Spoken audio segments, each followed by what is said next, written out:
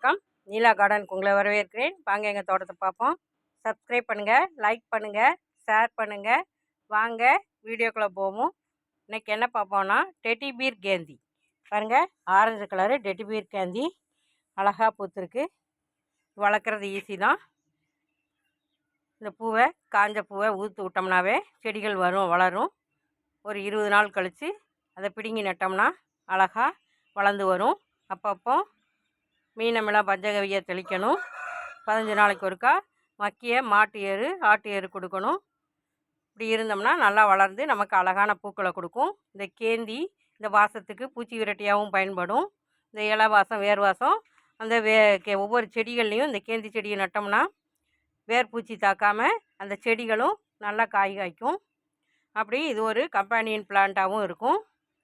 பாருங்கள், இது அழகான orange colour Teddy beer கேந்தி. Teddy beer கேந்திங்கிறது நல்லா அப்படி அடுக்காக பூக்கும். பாருங்கள், இதில் 2 கலர் இருக்குது. இது ஆரஞ்சு கலர் செடி. பாருங்கள், நிறையா பூ வச்சுருக்கு. அடுத்தது எல்லோ கலர் பார்ப்போம் வாங்க. பாருங்கள், இது லெமன் எல்லோ டெட்டி பீர் கேந்தி. பாருங்கள், இது நல்லா ஒரு 2-3 செடி வச்சுருக்கேன். அழகாக அங்கங்கே பூத்து நிற்கிது. நல்லா தலைக்கு வைக்கிறதுக்கும் அழகாக இருக்குது. ஒரு அழகான பிளான்ட்டு. பூ நிறையா கொடுக்கு.